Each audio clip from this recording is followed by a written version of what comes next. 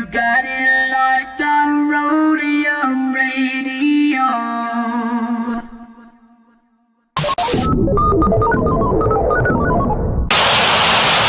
Hey Tony, drop that. What bass? I bet. Dr. Dre in the place to be. Co-rockin' shit with my homeboy Steve. After Rhodium, get stupid some. Yo, don't think that you can get none of Dre. The motherfucking doctor, the bitch hopper, the sucker motherfucking stopper. I'm fucked up, so don't mind what I'm saying. I'm just kicking it, but Steve, Tony, A, and Susan, yo, we be choosing dope shit to put in a mix. Know what I'm saying? We kick shit like and that's a fact. And if your shit ain't in the mix, you know it's whack. And that ain't no bullshit. I'm kicking facts on a serious tip. Word up, Dr. Dre's in full effect doing serious damage, boy. Tony, hey! Tony, hey! When you're ready, go.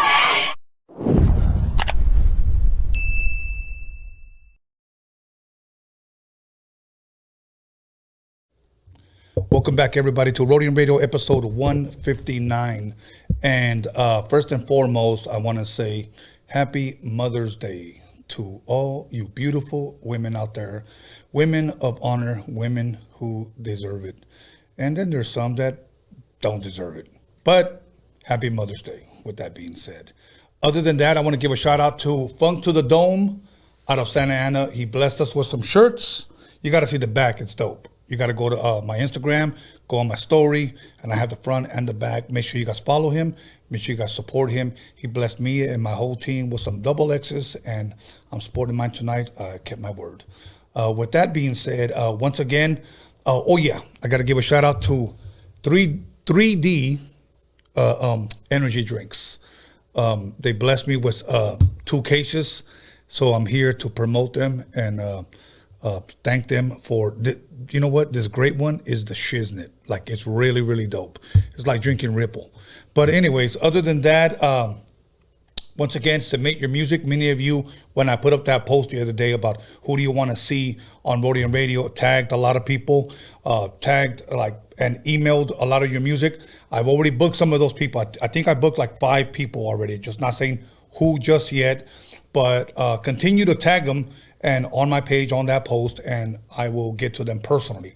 Usually I have somebody that looks into that, but I will look into it, and I've already booked about 5 people. So with that being said, if I have anything else to say, I'll say it during the breaks. But without further ado, please allow me to introduce a very special guest, somebody that I would call an influencer, if you will, somebody who is motivating the youth, and that is much, much needed today, in this time, in this era, for this generation. With that being said, Moses Cuevas. What's going on? What's going on, you guys? How you doing, brother? Doing pretty good. You know what, man? I'm glad you're here. I watched a couple of your YouTube videos. A lot of people don't know. Some people do know that you're on YouTube. You got mad views because of your workouts. But before we get into all of that and how your life changed and your passion for this youth, the passion for these kids today, you know, I want to talk a little bit about you, as far as you, Moses Cuevas, the person.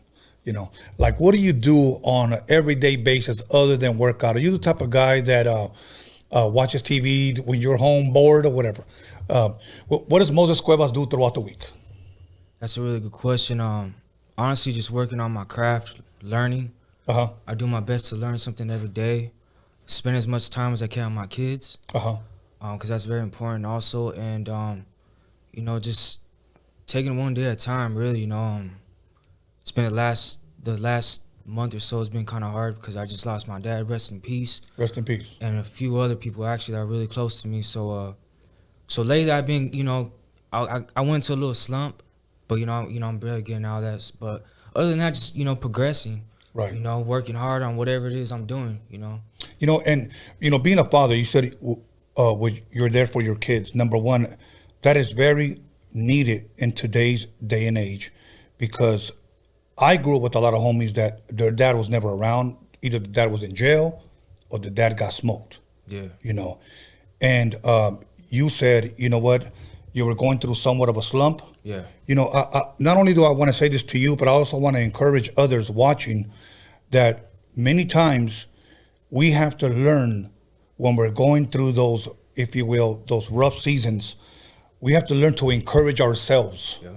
Because many times we're not going to have that one individual that we usually lean on for motivation or to encourage us or tell us to snap out of it.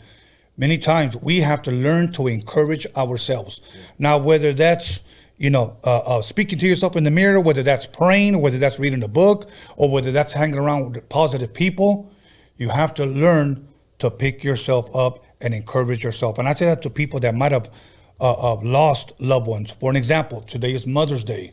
I no longer have my mother. And there are many times that I see something, or I might even smell a perfume or hear a song. And for that moment, it's almost like I go into that slump. But I always wonder, like, what would my mother want me to do? And that's why I find encouragement, you know. So rest in peace to your father, you know, because what we need today are good fathers, you know. So, but with that being said, you know, we were talking earlier and I asked you if you ever watch TV. A lot of my guests don't watch a lot of TV, but they watch stuff like Netflix, documentaries, or whatever. What do you like to watch? Honestly, you hit it on the nail. I like documentaries. I like real raw stuff. And if not that, I like stuff that I can learn from. Something that's intriguing. Also, I'm a little addicted to like ghost adventures, like ghost stuff. I don't know why, I'm serious. And I don't know why, but it's just something about the spiritual world. It kind of like fascinates me out, because I believe there's something beyond us. If not in this world, you know, when we leave here, at least there's gotta be something else. This can't just be it, in my opinion. Right. But things like that, I would say more of the ghost stuff, kind of. Yeah. I swear too. I know I've been on Freaky Tales, but like that stuff does intrigue me. Well, you know what? I'm glad you came, because you know what? The night that you came with Cujo. Shout out to Cujo. Yeah, and that's how I met you. And it was during the night of Freaky Tales. And we talked, we booked you for you to come and share your story here, because I think your story is very, not only important, but very much needed in today's generation. But now, I'll tell you one that I recommend, and I recommend it for everybody out there. Watch The Son of Sam. The Son of Sam. Yeah. Well, now it's called Sons of Sam. It's about a guy named David Berkowitz out of New York. In the 70s, he would just randomly go out at night and just smoke people that were sitting in the car. Okay. So, like, if you were sitting there smoking a joint, drinking a beer, or making out with your girl, or even getting laid, yeah. That's what he did. Well, there was a reporter. He ended up passing away. Somebody, I guess, ended up finding his files or whatnot. And he believed that there was just more than just one person involved. It just could not have been him. And then he found out that it was actually, like, without giving too much away, a satanic group that was actually going around killing people and filming it.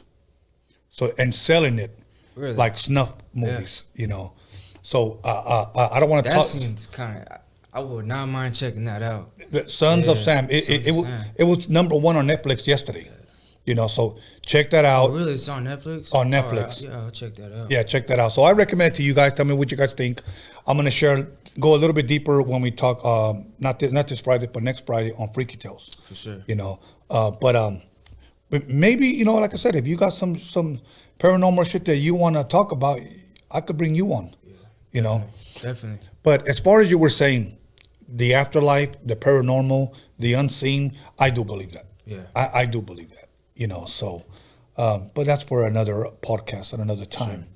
Sure. But I love documentaries, love watching movies. Are you a sports guy? I am. Like, what is your favorite sport, if any? Man, it's either football or basketball. I like MMA too. I'm a big Steelers fan, Lakers fan. I do like martial arts too. So, yeah? Yeah. Okay. Any sport, all sports, you know, even tennis, man. Like, I like watching Serena Williams, you know, like, I don't know, like, I'm open to all sports, but mainly I would say basketball, football, boxing, martial arts, things like that. Did you see, okay, I have to bring this up, and you guys can Google it, okay? One of the Williams sisters, the younger one, I forgot, I don't know her name. Either V. No, I think Serena might be the young. Yeah. Okay, it is. Did you see what she did to herself? I didn't. Okay, do it when we go to break. Let's Google it. She bleached her skin. Nah. Yeah, dude. Bro? Yeah. Like she looks pretty wild, bro. I'm not gonna diss her. That's the first time I heard that. Yeah, I it's all over social media now. You can Google it. She kind of looks like that Sammy Sosa dude. Sammy Sosa, he was dark, but now he's white. Kind of like Michael Jackson. There you go. Something like that. Something like that. Yeah, they're bleaching their skin. Crazy. I didn't know that. Yeah, you know what's funny? Because you got white people that go to those tanning salons that want to get dark, and then you got black people that want to get white. So Yeah, I know exactly what. And we're right in the middle, so we're good. I'm proud of my skin. All good, man. But you're the first guy that's actually claimed that they like tennis. Yeah. Okay. Handball. It's a little similar. I'm sure you know the game of handball. Yeah. That's probably what, my dad, he liked playing racquetball, but also at one point in time I worked at a tennis facility, and I like it because you're moving around, and I like all. I'm into sports. I play sports. I've played, and so. Okay. It's funny you say handball. Here's what that reminded me of, and most dudes that are watching would know. There's a song in the movie Zoot Suit with Edward James Olmos. It's called Handball. Handball. It's a bad jam, man. It's an oldie? It's an oldie, man. It's a bad jam. So you guys look it up. I mean, it's like that Zoot Suit style, the way they would dance to it. Nice. It's called Handball. That's a dope soundtrack. Now, let me ask you this. Do you like those kind of movies, man? Do you like American Me? Do you like those kind of movies? Honestly, I do. Some of them may be a little spicy. Like, it's not exactly, correct. But for the most part, I do, because it shows our culture, our lifestyle, especially, in California. So, yeah, I like them. They're cool. Yeah. Speaking of that, I'm working on a movie with, his name's Mr. Homicide. It's called a Higher Power. And it's going to be something similar to that, too, like blood in, blood out type of thing. So, okay. Yeah. That's dope, man. So, will this be your acting debut? It actually was. Oh, really? So you did it already? I believe I have another scene or two, but, small parts. But, it's acting is definitely different. But it's cool, though. Right. Well, eventually you could use that platform to, you can use it to do what you want to do with. Eventually we'll get into what you want to, what your plans are for the future. Right. But with that being said, you mentioned you played a little bit of sports. Like, what sports did you play growing up, man? Now, I'm going to be honest. When I said that, I played sports, but it was on the streets. Right. Like football, we play on the concrete. Right. Or playing, basketball till it's dark out, things like that. As far as like being in any leagues or playing in school, I never did. To be honest with you, I dropped out in 7th grade. I was on the streets already like at 12 years old, but I've always loved playing, even if it's in the backyard or something, Right. That's my type of sports. So. Right. Let's talk about that really quick. You grew up and you're from Anaheim, California. Yes, sir. Okay. And what elementary school did you attend out there? I went to Hanson, and then in middle school I went to Orangeview. I dropped out. I took off, started running muck in 7th grade. But I also went to Fetty, Killingsworth, and that's in Hawaiian Gardens. I also grew up in the southeast of LA. Okay. Now let me ask you this. What was it about 7th grade, man, that you get to middle school? We call it junior high school. You get to middle school, and then all of a sudden, you just start running the streets. What do you think it was, man? Was it just leaving elementary? Now you're in middle school and you have a little bit more freedom that you're just like, fuck it, I'll just ditch and start doing whatever the hell I want? Yeah. Because I know that's what it was for me. Right. Growing up here in Wilmington, I graduated in 6th grade. Right. Back then, we graduated 6th grade, and in middle school or junior high school would be 7th, 8th, and 9th. Right. As soon as I got to 7th grade, I was the fucking worst, bro. So you too then? Yes. Yeah. It was something about that. I started breaking into homes, ditching, stealing fucking change from cars just so I can go play Donkey Kong as Pac-Man and all this bullshit, and at the liquor store, that type of shit. Yeah, same thing. What was it about 7th grade? That's a really good question. It's similar kind of to you, that freedom in a way. At that time, I was with my brother from Compton. Shout out to my brother. I love you. But, I ended up going a different direction, and I was seeking, I think, love and attention, and eventually, I met the homeboys and stuff, and at that time, that's where I found it. I feel, for right. me. But you said love and attention. Do you think, and the reason why I kind of want to dig here is because I do think that if the youth is listening, or maybe a parent wants their son to hear this message, you said you were looking for love and attention. And I can actually say that at that age, I was too. But here's the crazy part. I had it at home. Mm-hmm. I had it at home, but I would call them my family. Right. Even to the point where you would say, I would die for my hood. Yeah. This is my family. Yeah. Knowing that I had it at home. Did you have it at home? I did. My brother, he did what he can. He adopted me because I grew up in the system in foster homes and group homes. He did what he can, but for me, I can speak for myself. I guess I don't know if it wasn't enough, or I just, at that age, I don't know what I was really thinking. Mixed emotions. Uh-huh. But he did what he can, and I wanted to pretty much do my own thing. And I know at that point in time, he's like, man, there's only so much I can do. So, I ended up leaving the nest, I guess you could say, Yeah. And living that lifestyle at such a young age, and I know many parents could understand if they're going through this. Not only are we hurting ourselves, but we're also hurting our family. Yeah, we'll talk. We're also hurting our family. And I can speak on that now because many times when in conversation, when I speak of my mother or my mother comes up, I always want to cry. I always want to break down, and I'll tell you why. Because I did so much bullshit, so much and my mom always loved me. She always forgave me. She was always there for me. And I continued.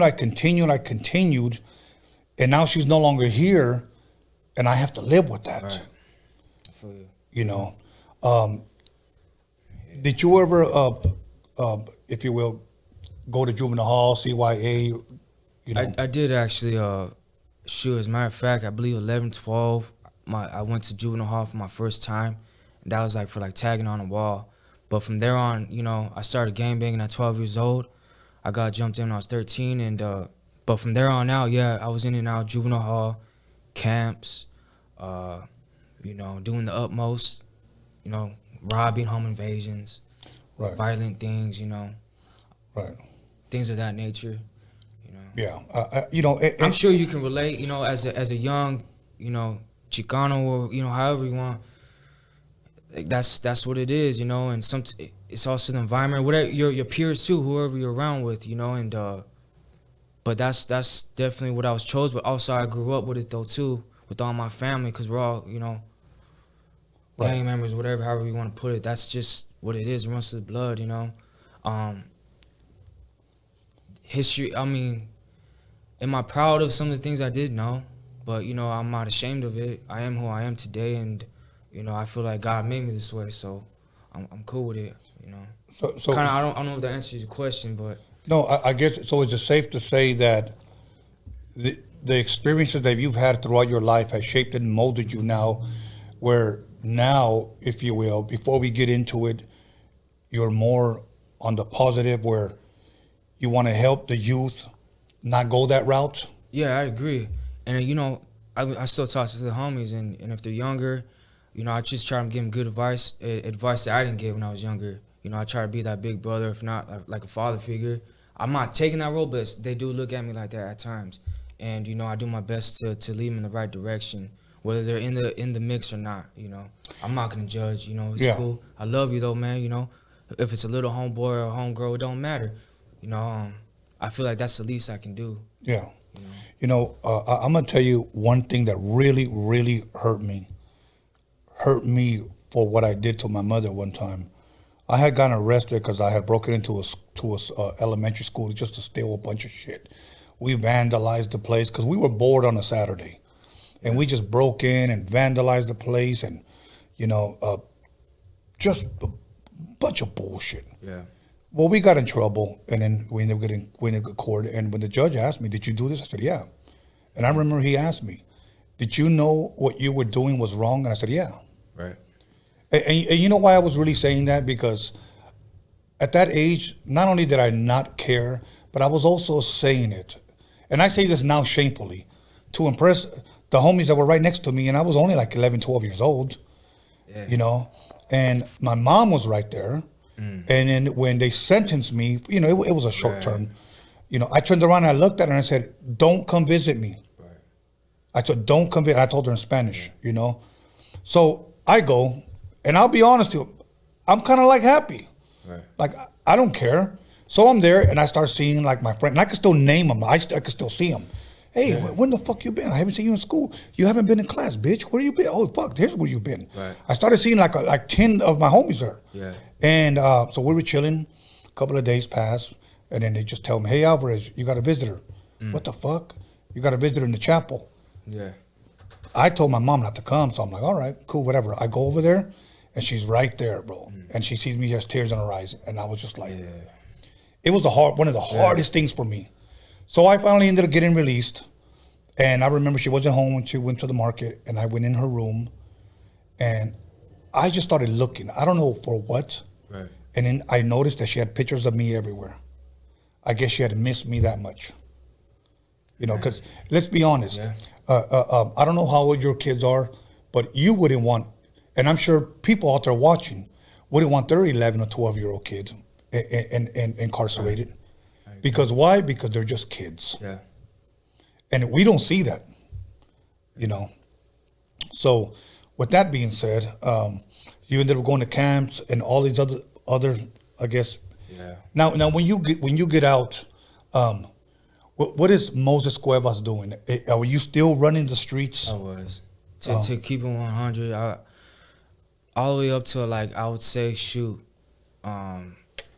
18 years old until I had my kids. But yeah, man, I mean, I would get out, depending on how I was feeling, you know, and not really, like, how it's crazy how you say, you not think about how my family felt, but I was thinking about myself. And I grew up in the group homes and foster homes, so I would get out and go to a group home from 11, 12 all the way until I was 18. And I would run away from the group home. I hit the streets again, go with the homies, you know, go run amok, do the most, man. And I'm fortunate and I'm very grateful that, you know, I'm here today, man, for real. So, you know, now let me say this. Many of us, me, you, and I'm speaking also to people that are watching, many of us have done so much dirt that we should have been taken out a long time ago. Yeah. But I like to say it this way, that it's only through God's grace and mercy that we are still here, you know. Look, I'm 53 years old, and, you know, I'm here sitting with you. You were born in a different city, but now we have been brought here together so that we could talk about it, encourage, and motivate, you know, the youth that that's not the path to go. I agree. You know, and that's a good thing that you're here and to share your story, because there's a lot more that you could be sharing and we'll get into. But now, let me say this, and we'll kind of just briefly touch on it before we dive really into it on the next half. If I'm correct, you ended up going to prison. Yeah. Okay. We're not going to talk about just yet, if you care to share why, but you ended up going, and if you don't mind me asking, and you don't have to, how long would you say you were in there? I went to prison for stabbing an individual. I almost killed him. He told on me. I did my time. How much I signed a guilty plea deal for 4.5. I was looking at, like, it's my first thing as offense as an adult. They could have pretty sure slapped me with some more time, but I did about 3 years. Okay. Yeah. And how old were you at this time? Shoot, I was like 19 years old. 19 years old. Wow. 19 years old. And at that time, who were you staying with at that time? The mother of my children and my kids. Shout out to my kids, Malaya, Angel, and my daughter, Maya. Yeah. Okay. How old is your oldest, if you don't mind me asking? Shoot, she's 9. She's gonna be 10. Okay, she's gonna be 10. Yeah. And you have 3 girls, if I'm correct? Or? I got 2 girls and a son. Okay, 2 girls and a son. No, 10. One more year, she'll be 11. Okay, and Crazy. Yeah, it's crazy. Time flies, you guys. Cherish every moment. Time flies. You know, I will say this, and for those that are in their 20s and watching, me being my age that I am, I would have to say the 20s were the years that went by the quickest. Like the quickest. Yeah. You know, and I've always told my son, you know what, cherish your time, make good use of your time, because there's one thing that you will never ever get back, and that's time. I agree. You'll never ever get, get back. Now, when we come back, but I want to talk a little bit more about what you said about your prison term. Yeah. But there was a couple of questions you wanted to ask me. Oh yeah, well, I kind of want to get to know you too. Like, what made you, start doing this whole podcasting? I mean, what, if you don't mind me asking you, I'm kind of curious. Oh no, I don't mind, and hopefully I can encourage you to start up your own podcast to dedicate to the youth and what you do. My thing was this, that I was out of the music business for a long time, and I did an interview with a guy named Soren Baker, and he asked me, he said, "How long were you out of the music business?" And I said, "About 15 years." Yeah. And he said, "Why did you leave? When you were, your roots go back to NWA back in the 80s doing the mixtapes, in the early 90s with DJ Quick and a couple of other people." Mm-hmm. He said, you were well connected. What made you ended up just walking away? Right. And I said, because I didn't love music anymore. Mm-hmm. That's why it was easy. Right. So I chose to raise my kids, to be instrumental in their lives, because one thing I will say this. I think anybody can be a dad, but not just anybody can be a father. I agree. I think it's important that we father our children. It's very, very important that we father our children. I just don't want to be called dad. Right. I want my kids to be able to say, my dad taught me this, my dad took me here, my dad there, my dad raised me, my dad taught me right from wrong. I might have done wrong all on my own, but my dad taught me right. One thing, if there's anything, I know I'm a good father. Okay. Right. So with that being said, that's why I just don't say Happy Father's Day just to anybody. I just don't say Happy Mother's Day just to any woman. Right. And I think you kind of know what I'm saying. Okay. Yeah. So the struggle is real, man. Yeah. So I would say about 15 years later, I found out that my mentor that I've known since I've been like 11 years old passed away. So, and he was very, very instrumental in West Coast hip hop. A Japanese vendor by the name of Steve Yano sold at the Rhodium swamp meet in the city of Gardena. Okay. Or should I say technically the city of Torrance for my boy Seven. Yeah. But Rhodium was the name of the swamp meet, the Rhodium swamp meet. So his wife allowed me to speak at his funeral. So I was thinking to myself, man, how is his name going to live on? He's not a black man. He's not a Chicano. He's a Japanese man, and his name could get lost easily. Right. So let me make a document. Let me document this. So I contacted everybody in the industry that he knew who was somebody in the industry. Yeah. People that we would call like the godfathers and godmothers and the aunts and uncles of West Coast hip hop. I called them up. I interviewed about 20 people out of my own money. Okay. I just went ahead and did it. I almost went broke, but I did it with my own money. Right. So I went ahead and released it, and it did well. I was happy with it. My whole thing is now it's documented and it's out there. People know it. With this, I just wanted to start a podcast, and I wanted to call it Rhodium Radio after the swamp meet. And so that his name could live on through here. Right. This is a platform for independent artists who will possibly never be played on the radio, who will possibly never ever get exposure, who will possibly never ever make it on MTV or BET right. or on Vlad or whatever. We don't have nothing like this for Raza. No, right. And so I created this to shine light specifically or especially on our people, Yeah. But it's also open for anyone, right. For anyone. And so, but that's why I did it. That's cool, man. I respect that, and thank you. Yeah, man. On behalf of our people, I don't rap or nothing. I write poetry, but that's cool, man, and I respect that. Thank you, man. Yeah. Here's what we're going to do. We're going to take a 10-minute break. We're going to come right back, and then we're going to pick up where we left off with you. Okay? Right, cool. So, okay, you guys, once again, happy Mother's Days to all you women of honor. And we will definitely be back in 10 minutes. And if you have a young son, maybe he's headed in the wrong direction, maybe you might want him to sit in on this one. I think it'll encourage him, motivate him, and inspire him to, walk that good road, if you will. So with that being said, 10 minutes, we'll be back.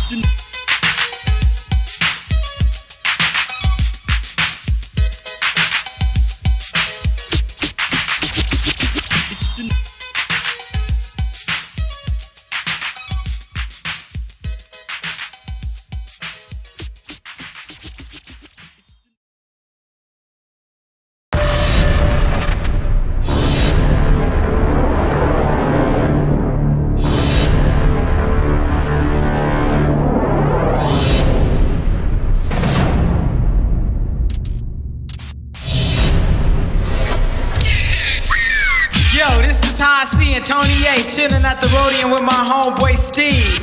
Be on the lookout for our new 12-inch, the shit is dope. Yo, I like to say what's up to my homeboy Dre, my homeboy Prince of Jazz, and the girls with the big ol' ass. So Trip, I'm about to bust one more time to let y'all niggas know just what's on my mind. In the morning, police at my door. Fresh to be this week across my bathroom floor. Out my back window, I make my escape. Didn't even get a chance to grab my old school tape. Mad with no music, but happy cause free. And the street to a player is the place to be. Got a knot in my pocket weighing at least a gram. Hey Tony, drop that. What bass? I bet. My name is the Croft, the C-R-A-W-F-O-R-D, the poet high C. Tony A, the wizard, just as cool as a visit. Picking out his turn, stabbing pussy like a lizard. Oops, I'm sorry, homie, I didn't mean to say that. Steve is in the house, come on, won't you play that funky dope beat? You know you gotta throw me some Stanley ass Croft coming straight from the Roadium. You are now about to witness Tony A. Get funky. Tell her where you from. You don't like how I'm living, well, fuck you.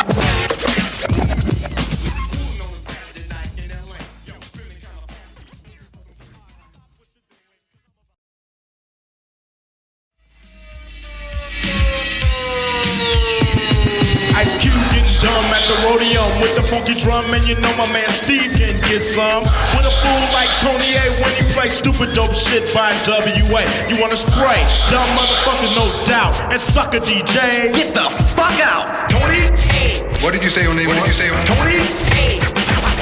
I have won 1 million battles. Lights, cameras, action, sound. Give me that mic, I'm about to go down. thinking of a master plan.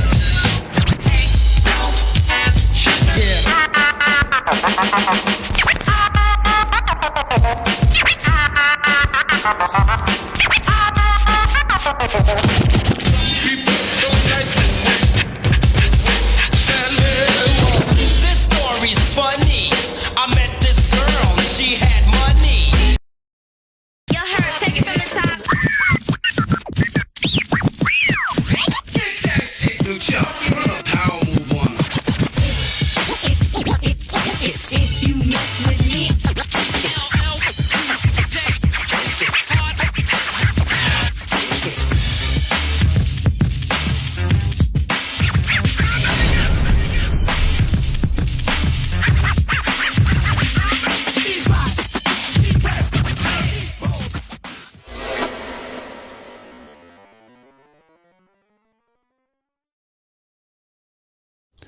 Welcome back, everybody, to Rhodium Radio, episode 159. And once again, if you have a son that maybe needs to listen to something positive, encouraging, or needs someone to help him, motivate him, maybe to stay in school or to, we don't want to preach to anyone, but we just want to share personal past experiences and share that usually the choices that we make in life usually are not good ones. And maybe if we can help them not make those, then we've accomplished something through this interview. So with that being said, Moses Cuevas, you're good? Yes, sir. Yes, sir. I want to say also thank you for having me on here. I really appreciate it, for real. Oh, man, thank you for coming. Yeah. Thank you for coming.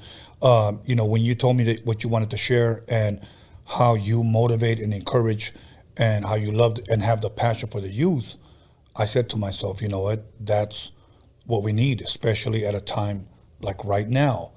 It's funny that you say the youth, because I've always said this, that one day when I retire from doing whatever, and I'm an old guy, I want to do two things in my retirement. I still want to work in my retirement, just part-time. Just so I know I have some type of responsibility. You know where I want to work?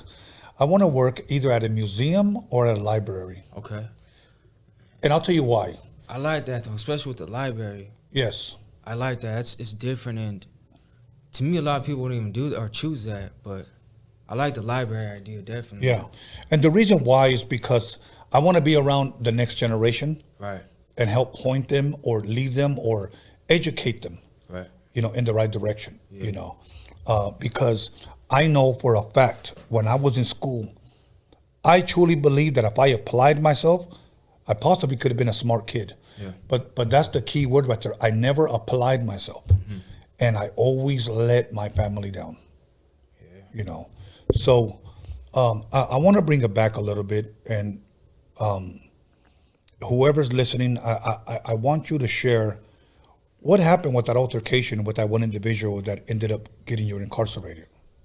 Well, that night, you know, there was some word exchange and stuff. You know, we went to the cut. If you guys want to know what the cut is, it's like the alley, corner, whatever, you know, and we started, you know, handling business.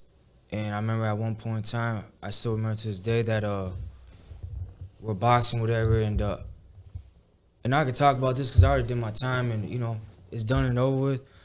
But anyways, you know, we're doing our thing, we're squabbling, whatever, and I remember I had a little piece on me, little, you know,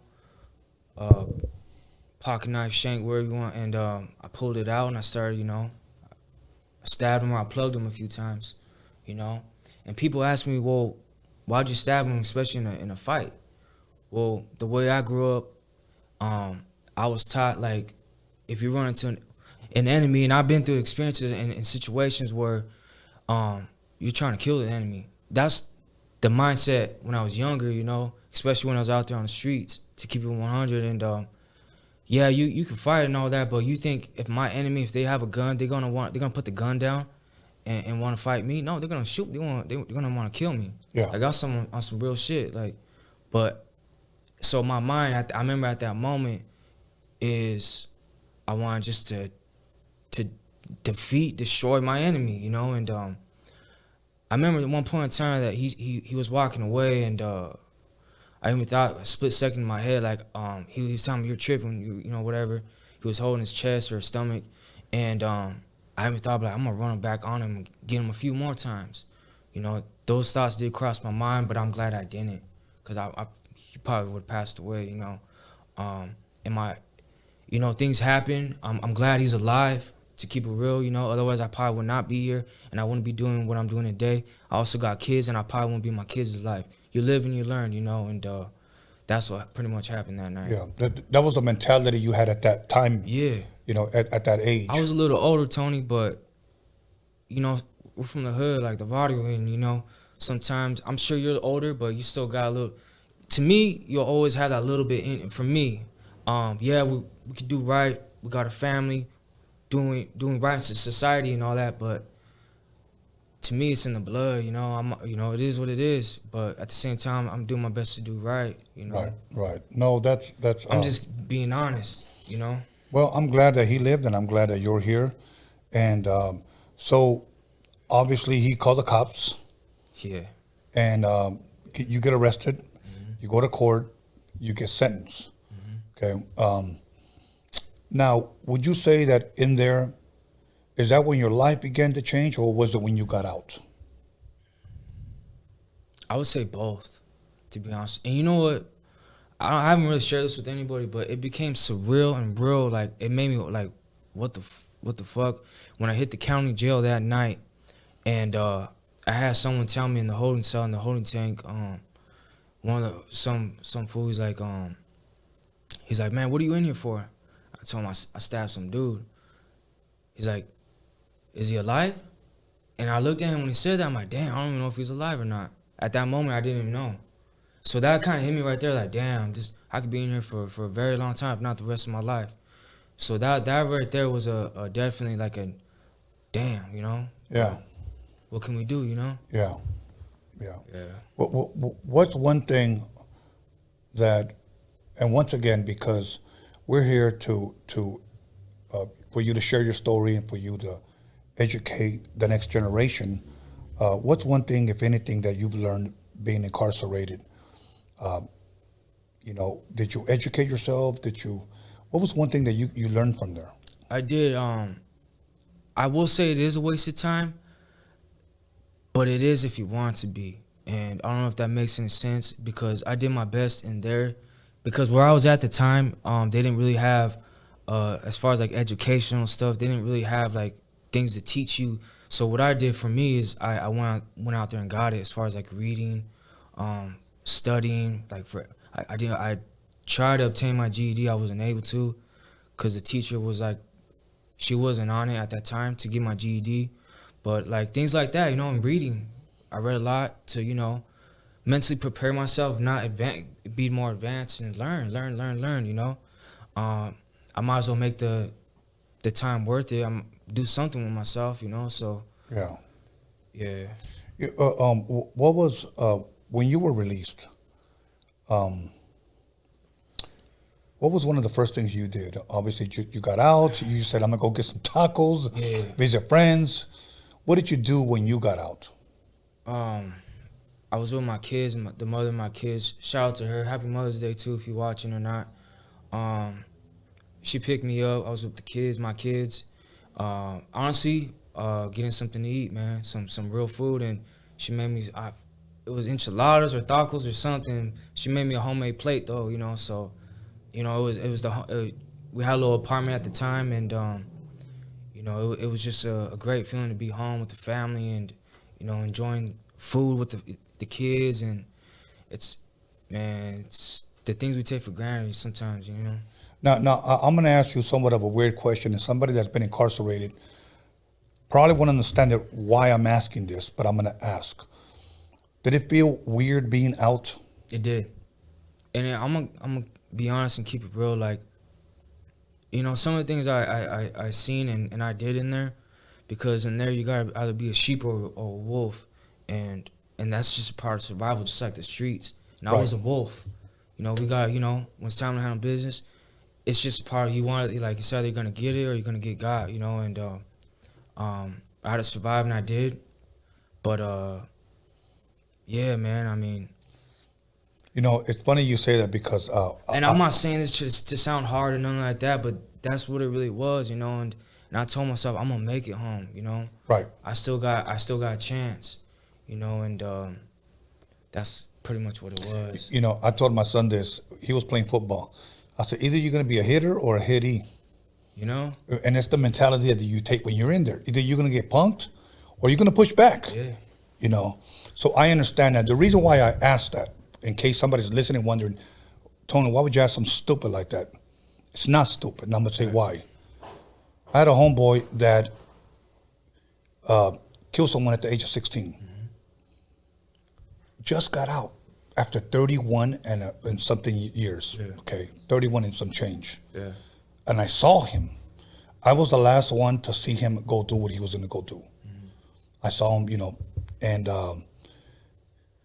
we went to his court, and it was hard. It was hard because, you know, that was like our little homie, you know. Right. He went to prison, man, for 31-something years. Yeah. When he just got out not too long ago. Yeah. And when I saw him, I got really, really emotional. I hugged him, told him that I loved him, you know. And I asked him, how does it feel? Because he went in when he was 16. He spent 31 years in there, double his life, you know, of being out here. And here's what he said. Tripped me out. I don't know if mentally he prepared or how he did it. I don't know. Mm-hmm. When I said, how does it feel being out, man? He just says, I don't know. I just feel like I never left.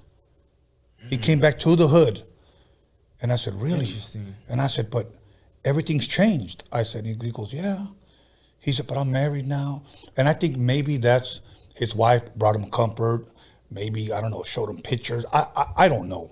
I didn't really talk to him much, but he just said, I just feel like I never left. And I said, really? And it was funny because when I saw him, and even though he was from our neighborhood, I just saw the little kid, but in a bigger version now, right. You know, and he's still the same, like as he was when he went in.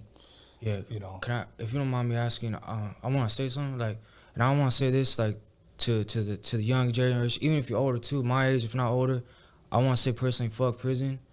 Like that's to me, it's like for the birds, and like ain't nothing to be proud about, you know. And it is what it is, you know. And I'm gonna say this: if you're young and you're out there doing your thing, like there's different ways you can put in work or represent where you're from, and you don't have to go shoot somebody, stab, sell drugs.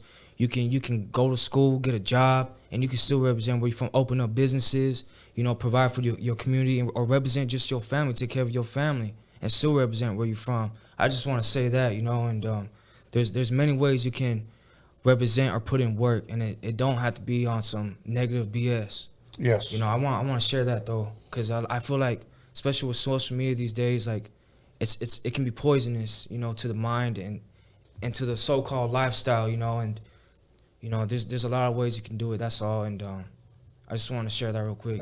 I'm glad, man, because you know there is a lot of people that glorify going to the penitentiary. You know, they glorify it, and my thing is this. Oh, real quick, my bad. And you know, the reason why I brought that up is because at a point in time when I was in there, I would look around and I would see all the homies and stuff, older homies too, and they would tell me, "Hey, youngster, don't come back to this shit," and I would listen to them.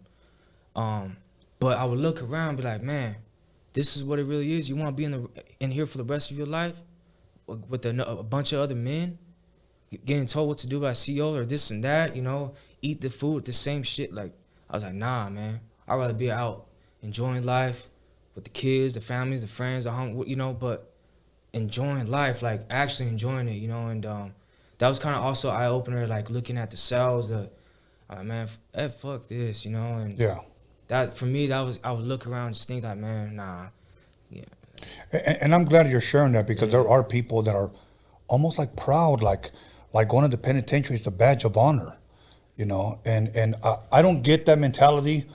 I don't judge them, but my thing is this, that you have the youth looking at you. Mm-hmm. Let's not glorify that. Mm-hmm. You know, we could teach them that they can be something better. Yeah. Educate yourself. Somebody asked me one day, what's gangster to you? Somebody asked me that, and this was from a gangster. Mm-hmm. He said, what is gangster to you? And here's what I said, intelligence. Interesting, yeah. It's about educating yourself.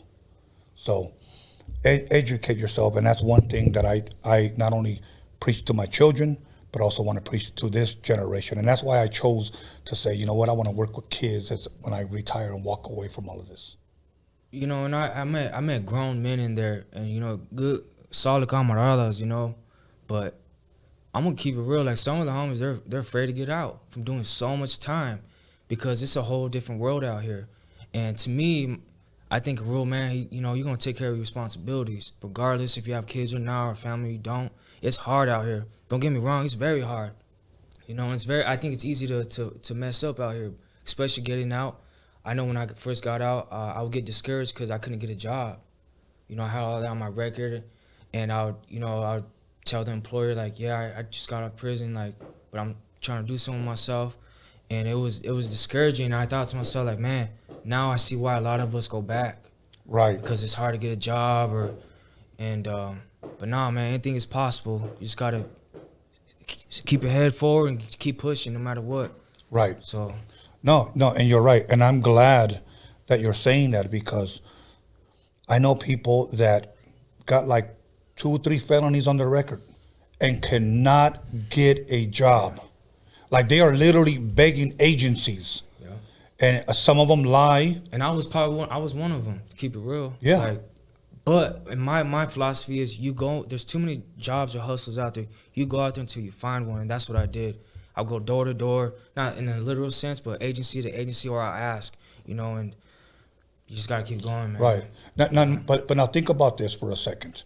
Look where all of that will get individuals, where we have to lower ourselves to an agency. Right. And pretty much just take what they give us. Mm-hmm. That's why all these warehouses are full of Raza. Mm-hmm. And let's be honest, 15-hour days sometimes, 6 days a week. You have no damn life living in a 1-bedroom or 2-bedroom apartment, but you have to go to work for that $12, $13, $14 an hour. Yeah. You know, and you're not going to rock the boat because you can't afford to lose that job.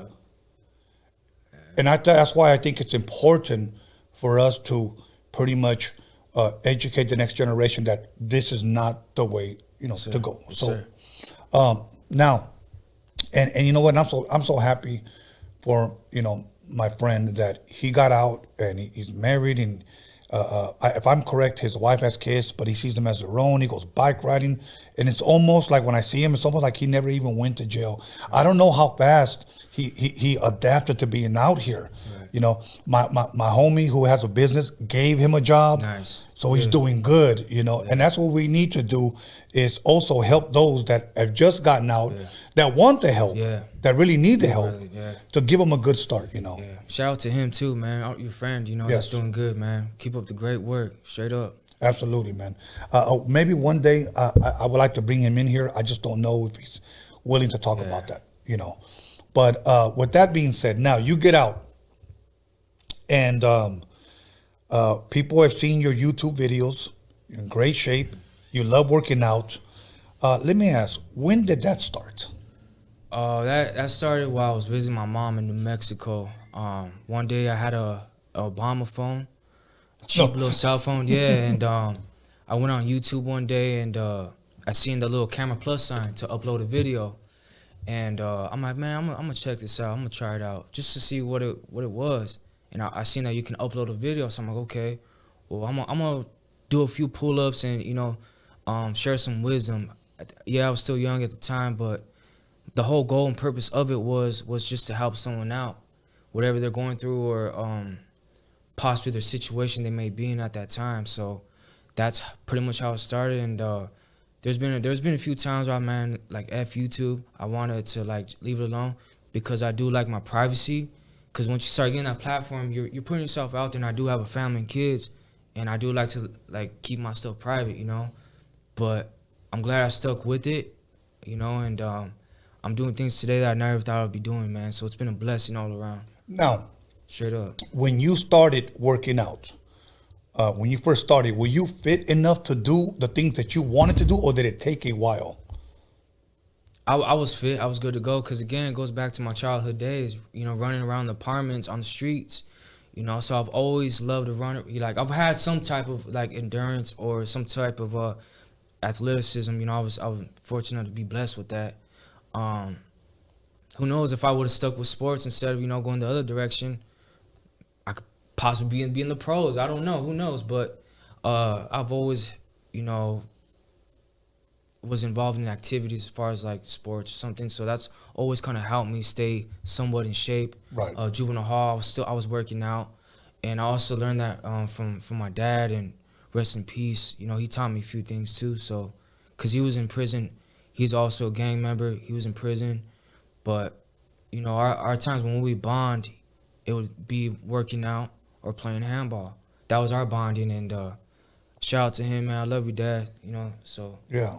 I thank him for that, too, man. Very grateful. So you shared, your father was not only affiliated, if you will, in the gang, also went to prison. Mm-hmm.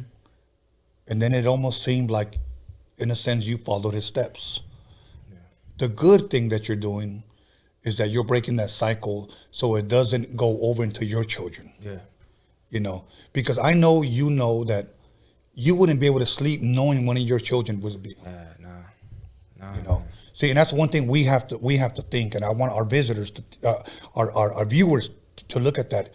None of us want, and there may be a viewer right now that may have a son or may have a daughter incarcerated, and it's not a good thing, man. Nah, it ain't. I agree. You know, so we gotta take care of our kids, man, and break the cycle. You know. Yes, exactly.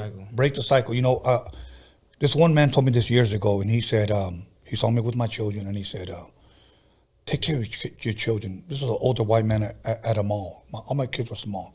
Take care of your children. And I was just kind of wondering, like, why would he say that? Mm-hmm. Of course, you know, I took heed to his words, and he said, "Take care of your children." And here's what he said: "Because if you don't," he said, "the world will take care of them." Mm. Yeah. And that hit on. I was like, wow. That's a good word. Yeah. I was like, wow. You know, so I share that to you guys. Take care of your children. If not, the world will. Straight up. You know, and you know, nobody wants to attend their kids' funeral. You know, nobody does. You know, because look, I'm going to keep it 100. If I ever lost any of my kids, I don't want to live anymore, man. Yeah. I'm just being real with you. And I know I'm speaking to a lot of parents right now as well. If I ever lost any of my children, I wouldn't want to live anymore. Yeah. You know, for me, it'll be a wrap. Yeah. You know, so, but let me just change that up. And so when you started working out, did it come easy for you? Like pull-ups, crunches, sit-ups, push-ups? It didn't. Not with the pull-ups, man. And my dad's the one that introduced me to the pull-ups. Everything else, yeah, I was good. I've always been a runner. I can run a good little distance. I was, you know, I was that skinny kid, and But as far as like pull-ups and weights, I had to kind of learn on my own. And that took time to learn, you know. But it takes time. Not everything comes in one day and one night. And a lot of people get discouraged because they want results like that. But a lot of things in life, it takes time. You got to just be patient, be humble. You know, it's a definitely a process. And I think, you know. I'm going to tell you something that's going to trip you out right now. Okay. I've been working out now for a couple of years, okay? I'll say, what? How many years now, Brian? Maybe 4? 5? Okay, 5 years. I would say that when I started taking the right protein, pure whey isolate protein, I'm going to say that again for those of you that work out or want to work out. Pure whey isolate protein. That's what I take. I get it from this one place called Eat Wise in the city of Carson, right next to my gym. Now, the reason why I share that is because for the first year that I was working out, I didn't join no gym. You know what I did? I just, at home, I tried to do pull-ups. I couldn't do them. I did sit-ups, crunches, dips, you know, calisthenics at home. I went from weighing, I would just say an unhealthy 205 to like a 185. And I was shredded, like six-pack and everything, shredded. Then my homie tells me, now it's time to join the gym. The reason why I didn't join the gym from the get-go, because he said, if you don't know what you're doing, because I didn't. If you don't know what you're doing, you're going to give up. You're going to get discouraged. Because you're going to go to a machine and you don't, you know, you're going to be doing this and you don't know what the fuck you're doing. He was right. Yeah. He was right. So I built up a routine, and that's what I encourage. And I'm sure you build up a routine if you want to join the gym. When you build up that hunger and that passion and that drive to really want to better yourself, the only competition you should have is the man in the mirror. Okay? I agree with that 1,000%. The biggest opponent, your biggest opponent is yourself. Yes. No one else. Don't worry about what other people are doing. You just worry about yourself and what you can do better and your weaknesses. And I agree with that, man. Yeah, and so I joined the gym, started killing it. I met my trainer, my boy Keith. They used to call him Yellow Ice from Compton. One of the original Pyro Street Bloods, older cat now. He's a born-again Christian now. Now they call him, they used to call him Ice. He's writing a book called From Ice to Christ. Nice. And he's the one that trained Nelly, he trained Carmelo Anthony, he's bodyguard for many, many artists. And I met him when I was about 22 years old. And from there, he began to train me. He said, do you need a trainer? And I said, yeah. And he goes, yeah, because I can see you don't know what you're doing. I go, you're right. I told him that. He said, that's a good start. Work around my schedule and I'll train you. Right. So we did one body part a day. So like Mondays would be chest, Tuesdays would be back, Wednesdays would be arms, Thursdays would be shoulders, Fridays would be legs. Rest those 2 days, always take good protein. Yeah. I could not hit pull-ups, okay?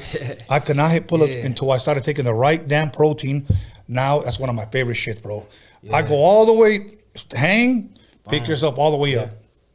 Yeah. Pick yourself. Now, I encourage people to, because once you catch the bug, bro, it's addicting, bro. It's addicting. So now, is it addicting to you? It is. It's actually my therapy. I love that you asked that. It helps me not only psychologically but spiritually, and then of course our body, you know. And it just working out and exercising in general. It helps me in so many different ways, and I encourage it for anybody. It don't matter if you're 300, 400 pounds or 120. Like, exercise, man. You can start off just by taking little walks. You know, you start somewhere, start slowly, you know. It takes time, just be patient, and definitely don't just get discouraged, you know, just stay positive. But I definitely need it. It helps me in like so many ways, man. Otherwise, I don't know. Besides praying or meditating or, you know, being with the kids, I don't know what I would do, you know. I don't do drugs and none of that. Right. You know? So, but that right there is, I guess you could say, like an addiction for me, is working out, exercising, you know. Yeah, big time for me as well. You know, that's one thing that I truly, truly love is working out, eating healthy, which we'll get into, you know, when we come back. But I really, really do love working out. I used to love to go into the sauna or the steam room. You know, you want to lose weight, stretch out in the steam room, especially after your workout. I encourage people usually hit the treadmill or the elliptical before they start working out. Do it after. You'll burn more calories after your workout. It's the hardest time, but you'll burn more calories after. My workout, I probably burn about 1,000 calories every workout. Nice. you know, and I encourage people and to work out. Let me tell you something, because once you catch it, man, and then you take off your shirt, you know, man, and everything looks good. You know, one thing you don't want is some man tits. Nah. You know what I'm saying? It's not sexy, you know. Especially for the ladies, man. Yeah, especially if your tits are bigger than your girls. Man. You don't want that, you know. I know some guys like, fuck that, it's panza right here. Yeah. Once I get rid of the panza, you don't have a chance, you know what I'm saying? But, yeah, and a lot of you ladies, I see a lot of you ladies on social media working out, inspiring and encouraging others. That's dope. I think, you know what, when I go to the gym, I see the ladies working harder than some of the dudes. I agree. I was about to say that, man. Some of the women, man, they be working harder than some of us men. I'm just saying. I see it just from their actions, how they, you know, handle their business. I agree. Yeah, and I wonder why that is. I don't know, man. You know what it is? I'm going to tell you something. One day, my son asked me, you know, because I was working and I was getting out of work. Had to have been at work at 3 o'clock in the morning to clock in. Yeah. I got out at 11:30, and I was at the gym at 12 on some pre-workout, ready to kill it. And I was out working out my son. Yeah. So he asked me, how do you do it? And here's what I told him. And I want to share this with everyone. I said, you have to have the 1-2. Yep. And I'm going to add on to that when you're done. You have to have the 1-2. You can't learn it. Can't nobody give it to you. You have to have the 1-2. So go for it. I agree. Adding on to Tony, man, I agree 1,000%. It's like what I feel is dedication. Cause quick example, I would get off of work, especially when I got out of prison, wherever. A 10 to 12 hour shift working construction, landscaping. I would be tired, like so tired, like just from out there in the sun and doing general labor, you know. And I knew, though, I had to work out. And it was like, what, 10, 11 at night already? You know, I had to spend time with the kids or whatever. But that's when the dedication, or like you said, you got to want to. You got to. And trust me, the reward is it's worth it, man. You got to be dedicated and just. You know what I would do for me? I would force myself. I would talk. Honestly, I would talk shit to myself. Like, Moses, you're going to get up and do it. Like, I'll be so tired, I remember. And it would help. You know, that's what would help me. So you got to find out what helps you, you know, to get your butt up, you know, from the couch or whatever. So, yeah, I mean, look, you can go to the gym parking lot and sit there and contemplate whether you're going to go in or not, or you can take off and go to McDonald's and get some quarter pounders with Big Mac sauce. You're only cheating yourself. You're only cheating yourself. So you only have one body, you know, and you have to live in it. You know what I'm saying? The last thing you want is to be 70 years old in some rocking chair with a fat ass cat sitting on your lap saying, and you're thinking to yourself, I should have just done it. Right. You don't want to live with that damn regret. So me, when I go in and I kill shit. Not to show off, but to myself. Yeah. Like, I can do it. You know, I'm thankful, you know, with a spot, you know, I can still hit 2 plates on the flat bench. Yeah. I can still do that. I work out with 185, a plate and a quarter on each side. Yeah. I like doing, you know, 4 sets of 10 pull-ups before I even start doing my back workout. You know, the strongest part of my body is my legs. On a leg press, pushing up, I could do 10 plates on each side. That's my max. I start off with 4 on each side. My next rep will be 6 on each side and then 8 on each side. But that's I would say the strongest part of my body. And then I would say my back next. Take notes, you guys. Take notes. Then my back next. And then I would say my arms third, my shoulders fourth, and my chest. Yeah. Because incline is the hardest for me. Yeah. Incline, no. Because we have incline, then we have flat bench, and then we have decline. Right. I'm strong in decline, flat bench, but the incline, boy, I worked a 10-hour shift one day. I went in there and I started doing some lightweight incline bench. And then what happened was I got some 90s. Yeah. I kicked those suckers up and I went like this and my hand just went, I almost hit my fucking face with that weight, bro. So I was like, okay, you know what? I got to know when to stop. Yeah. Because my eye was twitching, I was sleeping, I was tired, and I just went home. Like, fuck this shit. I'm going to kill myself. I end up staying in here. Yeah, man, be safe, you guys, too, man. Definitely be safe. It's not always about how much you can lift or how fast or this and that. Just, you know, be safe. Don't be smart.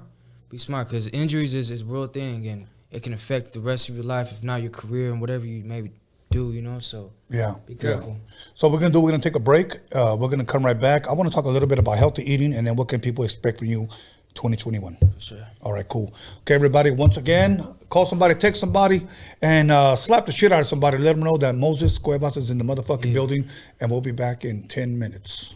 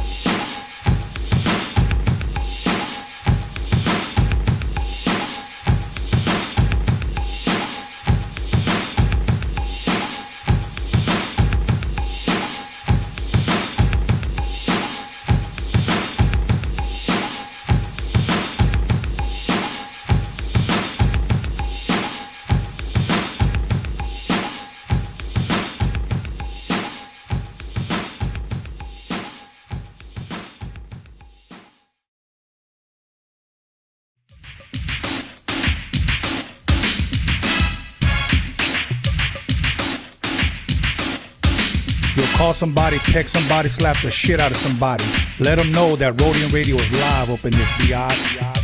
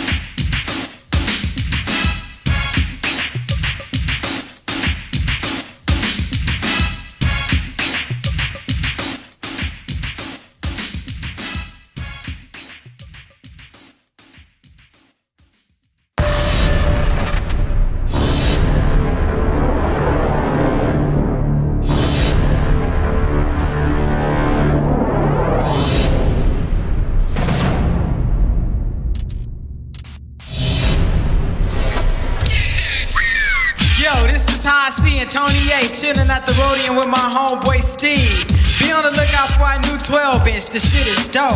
Yo, I like to say what's up to my homeboy Dre, my homeboy Prince of Jazz, and the girls with the big ol' ass. So Trip, I'm about to bust one more time to let y'all niggas know just what's on my mind. In the morning, police at my door. Fresh Adidas squeak across my bathroom floor. Out my back window, I make my escape. Didn't even get a chance to grab my old school tape. Mad with no music, but happy 'cause free. And the street to a player is the place to be. Got a knot in my pocket weighing least a gram.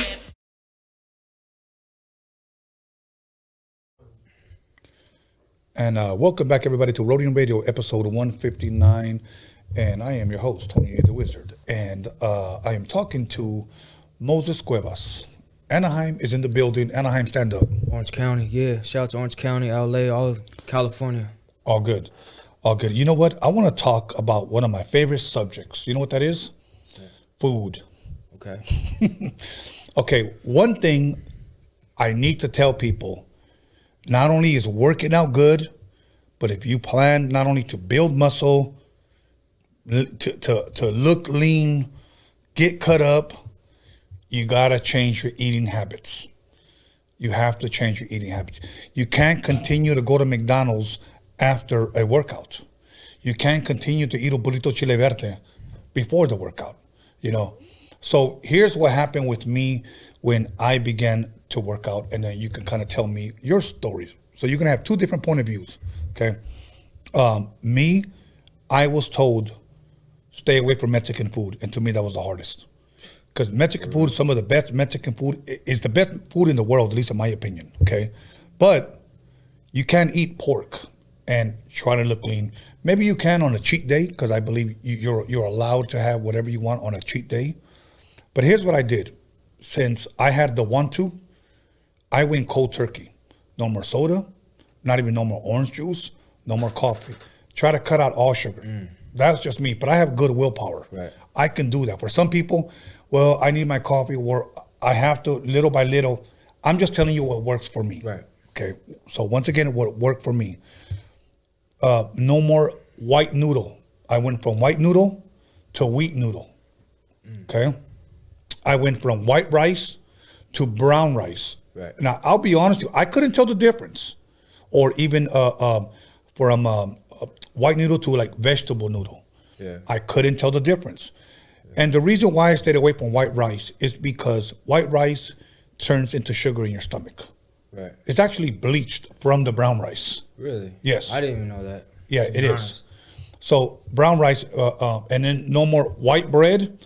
I went to wheat bread if I want to have any kind of bread. So in other words, stay away from everything that's white.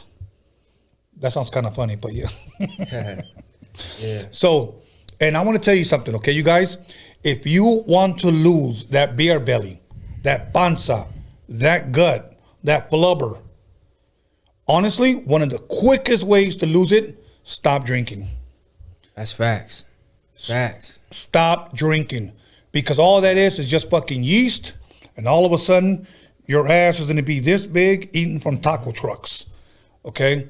Stop drinking. That's one of the hardest things. That's why people haven't been seeing me drink the last couple of shows, the last couple of episodes, because I'm trying to get that summer body going. Oh, yeah. You know what? It feels good to take off your damn shirt. It does. And not knowing that shit all of a sudden, blah. You know? Right.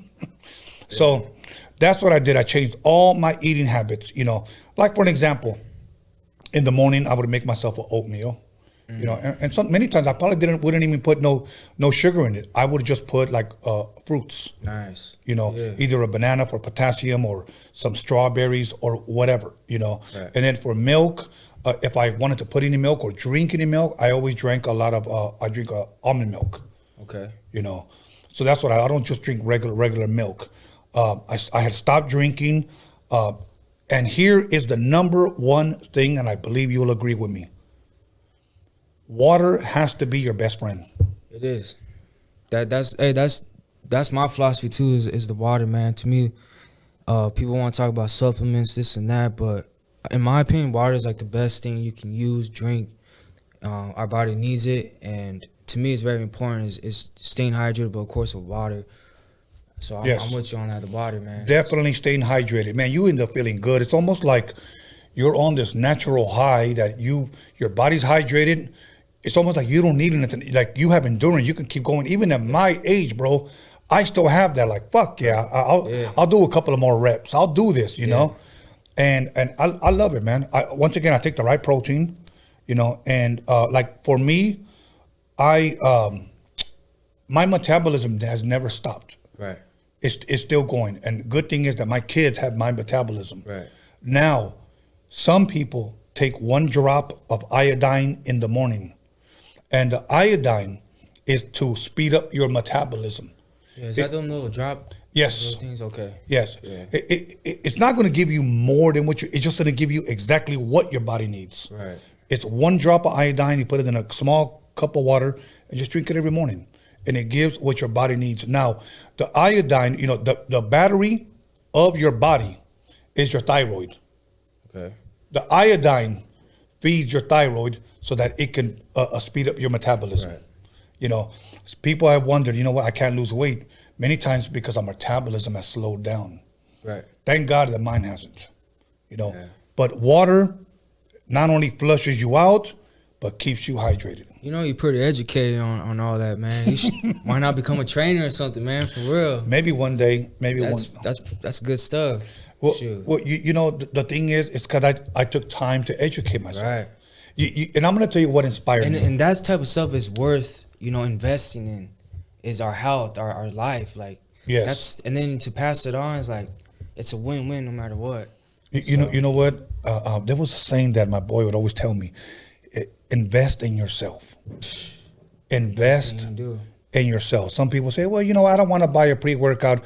It's too expensive. I don't want to buy protein. It's too expensive. But yeah, you'll go blow $10 at a Starbucks coffee every damn morning. Yeah. At the end of the week, you spend over $50, you know. Yeah. So anyways, but it really, really feels good to be fit. You end up being proud of yourself. Yeah. You know what I'm saying? And always look at it this way, and this is key right here. Do not look at it as a diet. Throw that away. You have to look at it that it's a lifestyle. I agree. That word diet, huh? It's just, Yeah. Because I'm with you. Many people starve themselves until they lose the weight. Okay, now I'm going to be able to go to the wedding and wear this dress, and I look good.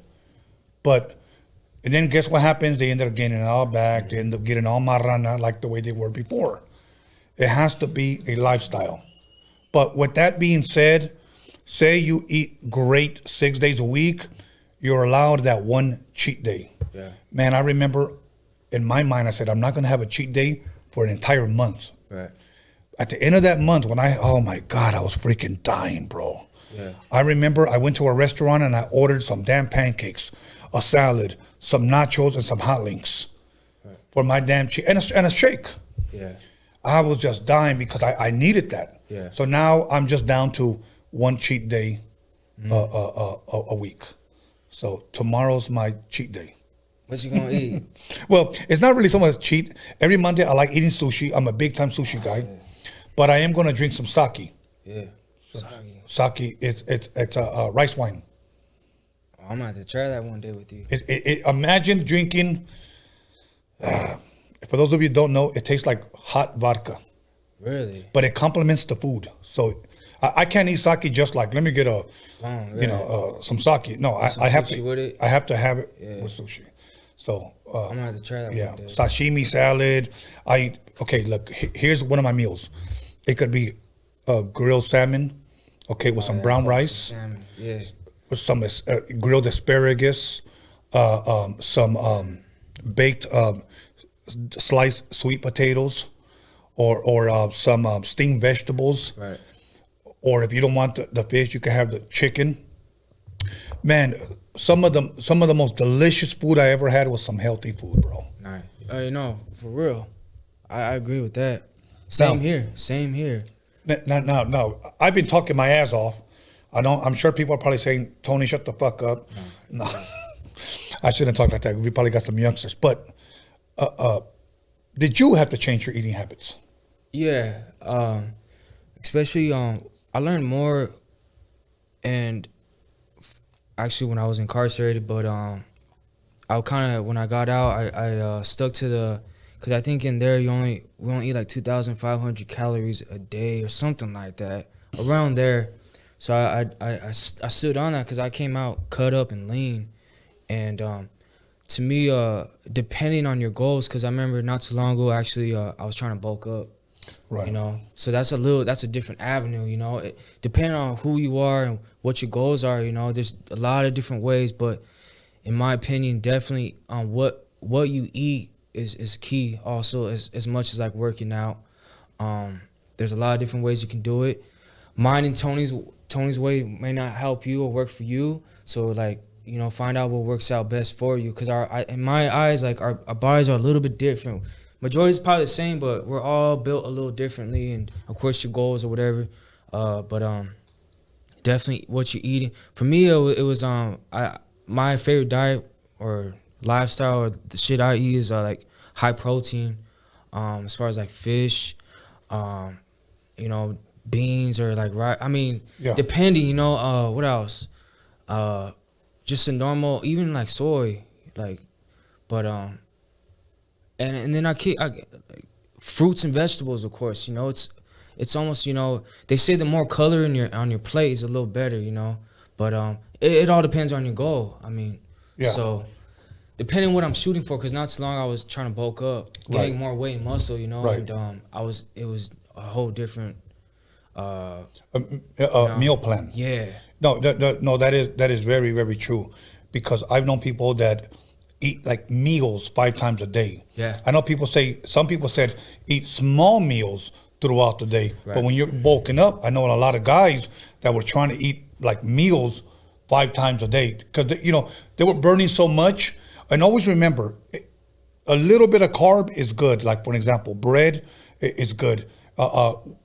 Potatoes in the morning is good. A lot of people say, no. The only time I have potatoes in the morning is when I need something to burn off when I go to the gym. Right. You know, bit of fuel and energy. Yes. Yeah. It's okay to have good carb so that you can burn off at the gym. Because if not, you're just going to be burning a lot of fucking muscle if you don't if you don't eat some good carbs.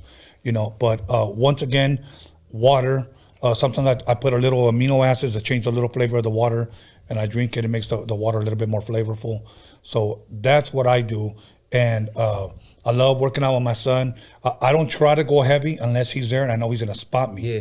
You know what I'm saying? Sometimes I'll say I need a lift off. Yeah. But once I get that shit up, bam, that shit feels good, bro. Yeah. I'll tell you what's a high for me. When you hit that chest and you feel your chest tight as hell. Yeah. You know what does that for me is the pull-ups and dips. I switch it up. I do everything: weights, calisthenics, running. I want to be all around ready. That's always been my goal and philosophy. Especially like with, you know, the cardio and wind. You know, I want to be at a decent level, but I like to be all around ready. As far with the weights too. You know, I love lifting weights also. You know, but that's just, you know, whatever. As long as you're doing something, in my opinion, as long as you're doing something, it's better than doing nothing, you know, so. Before we change the subject, I want to say this, and I want to encourage and motivate you guys that want to work out, maybe haven't worked out, because I know people have told me, well, before I go to the gym, I want to lose weight. No, that's like saying, I need to stop drinking before I go to the AA meetings. You know, no, go to the gym, encourage yourself, motivate yourself, okay? There's a lot of people that will probably say, well, you know what? I'm just cool the way I am. I don't need to do this. You need to encourage yourself. You need to motivate yourself. You know, with that being said, always remember this. When you go to the gym, and let's just say you figured you might have wasted your time. And I'm talking to the person right now who might have gone yesterday or the day before, and maybe they just went around and started fiddling around with some of the machines, and maybe they don't know their way around the gym yet. Right. Always remember that a bad workout is better than a no workout. Yeah, I agree. You already lapped everyone that's sitting on the couch at home. Mm-hmm. Eating potato chips. Eating potato chips. And that's one of my potato chips. One of my favorite. Like, it's not good for you, though, man. But yeah. Exactly. So, with that being said, now I know that your goal is to inspire and motivate the next generation. I want to ask you, what was it that gave you that passion for the youth? Before I answer that question, I want to give a quick shout out to Condemned Labs. It's a supplement company. we have a partnership that like sponsored me. Okay. So I want to say shout out to Condemned Labs. They're based out on the East Coast, and they found me because of what I'm doing. And you know, all the way from out that way, they show me love, and they wanted to, you know, the protein, all that pre-workout. So shout out to Condemned Labs, and I appreciate you guys. Thank you for just believing in me. So again, you guys, if I can do it, you guys can do it too, man. There's always somebody watching. Just, you know, stay on track, and the hard work does pay off. It does. But what was the question again? My bad. The question is, as far as the youth today, because you work or you speak or you motivate the youth. I know you were telling me you went to Florida, you gave a motivational speech, but what was it that lit that fire or that gave you that passion to do what you're doing and encourage and inspire the youth? Honestly, I would have to say, like, myself when I was younger and what I felt like I was lacking, and I would think about that about my kids. Like, I don't want them to feel that way. But starting the YouTube thing, getting the responses, there were certain responses I was getting back. Slowly but surely, like, the feedback was crazy, and a lot of people can relate from all walks of life, you know. So over time, I just feel like, man, is this what God wants me to do? Because I am a believer in God, you know, and like, and I do got my bad days. I do make mistakes. I'm not perfect, so I want to just put that out there also. But, you know, a quick example, there was a man, it can be younger or older man, like an older man, you know, he said he seen one of my videos and he was contemplating suicide. He had like a 38 to his head. And he said, I just seen one of your videos, man, and I took it off, you know. Or a young man saying, like, I don't have no dad. I don't have no male figure at home, but I watch your videos and you're like a big brother, if not like a father figure. So it's like things like that. It's like, man, I got to keep this going, you know, and why not, you know? Yeah, yeah. You know what? I want to read something to you that I read on one of the comments when I posted it up. And I'm not going to lie to you, it touched me. It really, really touched me. So I can bear witness to what you're saying right now that others have wrote you, or the comments that they wrote on your YouTube videos, because your YouTube videos are all about working out, encouraging, motivating. Okay. But somebody wrote this on one of my comments when I posted the flyer, and it said this: so while stationed at Afghanistan, I came across his workouts. Those workouts helped out while out there. I had to buy his merch to show a bit of gratitude. God bless him. In Afghanistan, so you touched someone on the other side of the world. You know, you tell me, Tony, like, I ain't gonna lie, that's, you know, that kind of hits me a little bit, because to me that's what it's about. You guys, like, there's too much evil and like bullshit going on. Yeah, we could be part of that. We could be doing stupid shit, but we only got one shot at this in this lifetime, and we've been there and done it, like, and I'm just doing my best to make a change in this world, you know. And then, not to sound corny or nothing, but like, to me that's what it's about. We gotta help each other out, man, no matter what you look like, where you come from. And I don't know, that's just, and wherever that was, shout out to you. Keep working hard and you know, be safe. God bless you and the family. So yeah, you know, for people to say that I was in Afghanistan and I saw one of his videos, so obviously you are making an impact, and people are, you know, because and your videos got views. It isn't like you got 48 views, 3 views, 2. No, your video got views because you're doing something right, you know, and you're making an impact, especially in this generation. And I like the fact that you're encouraging and motivating the youth to, if you will, walk that, if you will, that straight path, or should I say, you know, not to waste time. Like, by your own admission, you said, I went to jail and it was a waste of time. Yeah. You know, that's what we're trying to discourage these kids. Yeah. That you could do something else with your life. You can educate yourself. And I think that's part of I believe that's part of, from what I'm hearing from you, part of the motivation and part of the passion, and part what lit that fire is like, look at, I didn't do it, but look at the road where I ended up at. But now I'm gonna pause. I went from a negative to a positive. So now I want to tell everybody, don't go down that road, in a sense. Is that kind of right? No, you're right. And I also, I want to share this with everybody. If you're in a messed up situation right now, you're in a very dark place, I just want to say, like, whether you're man or female, don't give up. stay patient and just take one day at a time, man. Whether it's drug addiction, alcohol addiction, sex, money, don't matter. Like, just have hope, have faith, you know. Find that peace, that inner peace. It's not gonna come in one day, just like working out, or, you know, but it's gonna be all right. Trust me, but you gotta fight, though. You gotta fight no matter what. That's for anybody. And that's, you know, for me, what I do, I just take one day at a time, man.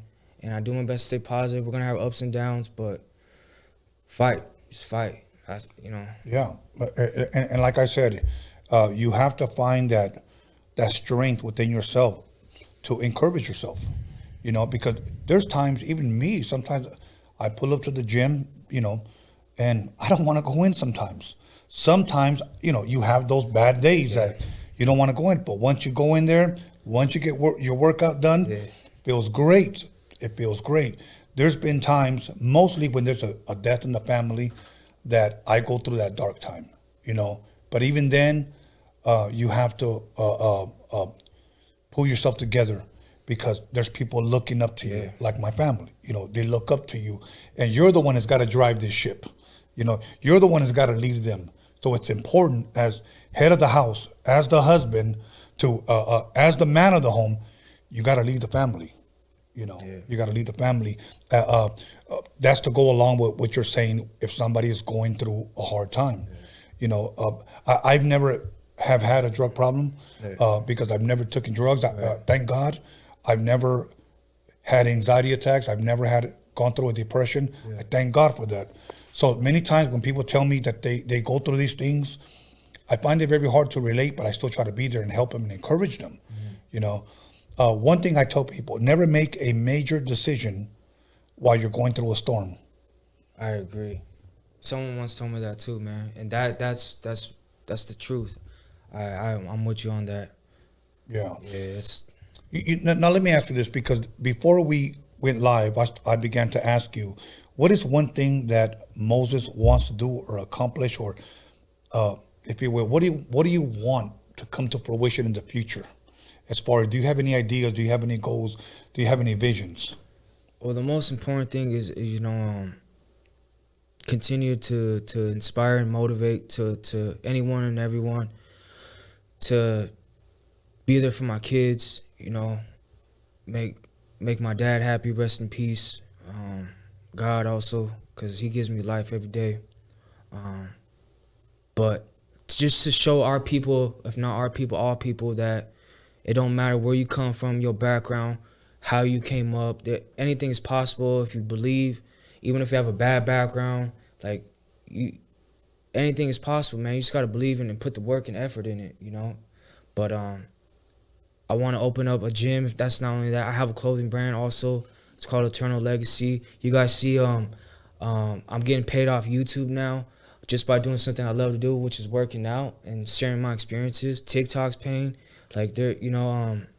But the most thing, my goal as a young man, as a teenager, was I just want to save one life. That's all I wanted, one life. And I've done surpassed that. And there's, like, if not hundreds, thousands of lives that I've touched. So I feel like definitely it's you got to find your purpose, man. There's a saying by Nipsey Hussle, rest in peace. It was what do you say? Something about wasting air. If you don't find your purpose, you're wasting air. Something like that. You know, find your purpose. Find out what you love to do. You know, and definitely can strive to change. If not change the world, you know, make a change not only for yourself but your family in the right way. You know, I don't know. That's just a glimpse of what I think and what I feel and what I want to do, you know. You know, I read a quote one time, and I'm just going to paraphrase it, and I believe I'm quoting it right. And it said, the things that you are passionate about are just not random. They're your calling. Think about that for a second. The things that you are passionate about are just not random. They're your calling. That's what you're called to do. Right. You know, and I believe part of my calling is to shine light on people who normally wouldn't get that shine. Right. You know what I'm saying? Yeah. Promote them, let them share their story, and from there, let them go. You know, that's all I'm here to do. And you want to help and inspire and encourage others, and I think that's a beautiful calling. and I support you, and I encourage you to continue to do the same. You know, and it could just be something as simple as working out, which really isn't that simple. But, you know, because you got some crazy workouts, bro. I seen you do them. I'm gonna be honest too. It's not easy. It's life in general. It's our journey. We all have our own journey, and you know, it's there's gonna be some definitely rough times, hard times, but you know, with every lesson there's a blessing. You know, you live and you learn, especially from your mistakes, and you keep going, man. You keep running with it. You know, be a leader, not a follower. That's for everybody. And like recently, I just lost my grandpa, my dad, my daughter. I just had a daughter, Maya. She was premature. She was born while my dad was dying, and they were in the two next hospitals right next to each other. She was in a children's hospital. My dad was in the hospital right next to each other. And I would walk from seeing my dad. He wasn't doing well. I walked to the other hospital while she was, you know, fighting for her life also. I recently, just no one really knows, I got in a car accident, Tony. I flipped my truck, you know, and but I'm here, I'm alive, you know, and I lost one of my friends. Rest in peace, you know, the homeboy Menace. You know, it is what it is, it's life, you know, but we just gotta keep going, you know, keep your chin up and fight, man, and just have faith, man. Yeah, yeah. Well, you know what, it just seems like you've gone through a lot, and you know, not everybody listening may be going through the stuff you're going through. Everybody fights their own battles, you know, and we get it. And with that being said, you know, you just have to pull yourself together and keep it pushing and keep it going. Because you being a father to your children, if you don't lead them, who will? You know, and even though they may not know everything that you're going through, but you still got to gather yourself and keep it going, you know. So now, with that, let me ask you, around how many videos would you say you have on YouTube altogether? I think I looked, what was it, today, yesterday, maybe around like 300, 200, 300. And about how long ago did you post your first one? Do you remember? I believe like 2 years ago. 2 years ago. Now, did the following, did it come immediately? Did it gradually come? It takes time. Yeah. You know, also I believe in networking, you know, as far as like business strategies or whatever. But not only that, just build relationships. And I'm open-minded. You gotta be, for me, you gotta be open-minded, whether you're running a business or, you know, you just want to meet certain people or grow relationships. You gotta be open-minded. You can't, you gotta be able to, what's a good word? How can you put it? You gotta be like, again, going back to being all around, like you gotta be versatile. You gotta, you know, in my eyes, you know, and it takes time. You know, I've learned just, you know, be patient, be humble, you know.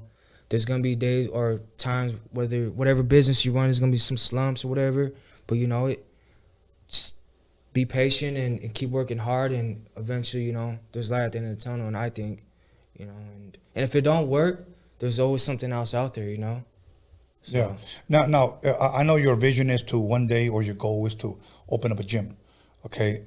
Do you ever plan to possibly train somebody? I do. I've trained a few people. That's another thing I've thought about taking seriously. I have a lot of people, you know, ask me, but I'm a one-man show. It's hard, no excuses, but yeah, I've thought about it, you know, and I think if I'm gonna do that, I gotta be definitely fully dedicated, not only from my clients, but for myself and my family, you know. But it's definitely something I've considered on taking on very seriously, you know. But it's there. Yeah, you know, and one thing that I encourage as well too, that I think not only a part of working out and eating healthy and drinking a lot of water is this. One thing that a lot of people don't do when they go to the gym is do cardio. They don't do cardio, and that's very, very important. Look, I've seen guys out there when I've gone like to clubbing or whatever, get-togethers. They get a little liquor in them and then they want to fight. Here's my prediction when I see two guys like that. They got about 3 good punches in them each. Yeah. Before they start breathing heavy. Yep. And before you know it, they're... Get your cardio on, especially if you want to fight. Yeah. You know, because a lot of guys out there, like I said, you know, they don't have the cardio. Many of them are overweight. Yeah. They're drunk. You're not going to last, bro. I agree. You're not going to let cardio is very, very important. My philosophy on that, as far as like cardio and having wind, is the way I think about it. I feel about that is, for me, I think about like, for quick example, what if one day someone tries to break in the house? He's trying to rob you and your family. You got to fight for your life. What if you get in a situation where you guys are scrambling? You got to fight for your life, you know? So for me, even when I was incarcerated too, like, I want to do everything in my power to make sure I'm in tip-top shape. And I brought that also out here, even before from learning from the OGs, you know? You want to be ready. In other words, you could be fighting for your life. So you want to lose your breath. You want to be tired before the next man.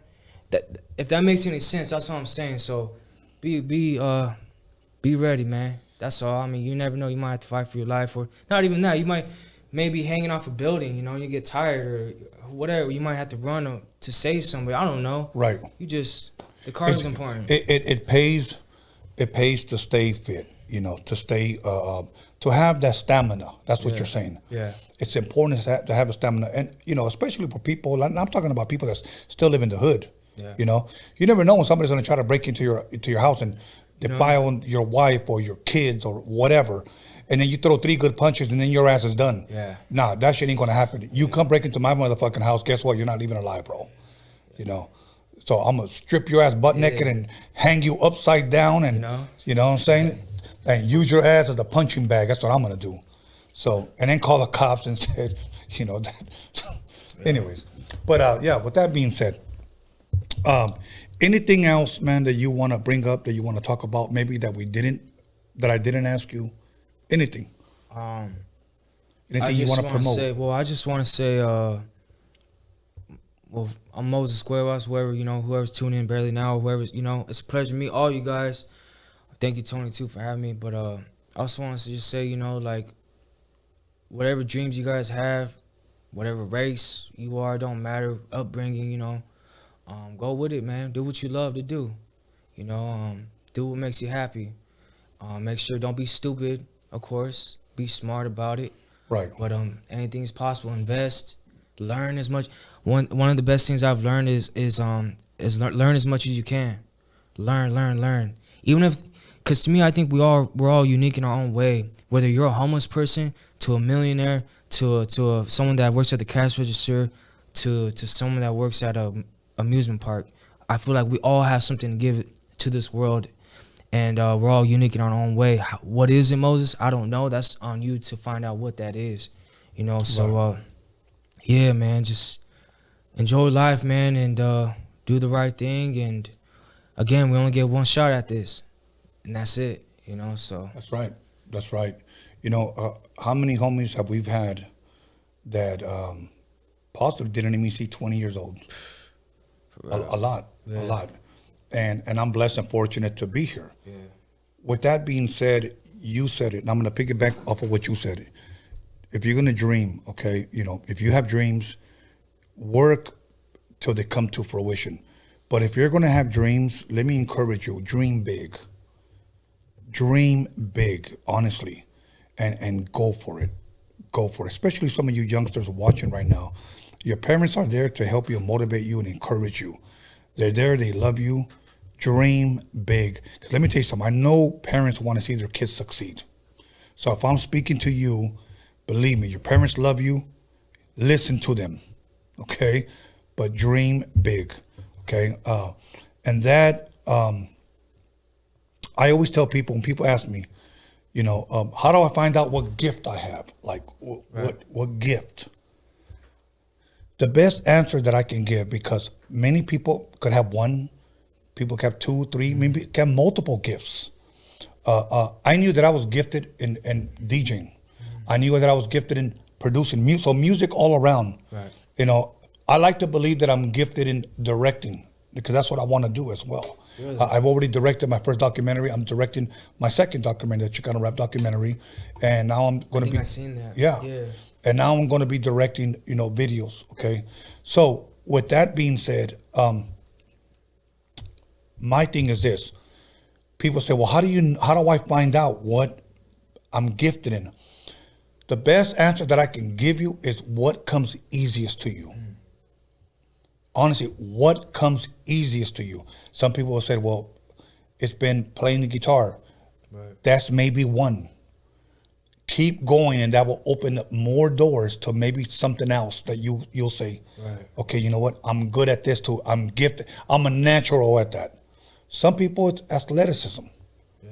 You know, that's what I'm good at. That's one of my gifts, you know. And with those gifts, we are supposed to, believe it or not, bless others with. Yeah. You know, I like to say this. I'm with you on that. I like to say this, Moses, that I know that I have been blessed to be a blessing.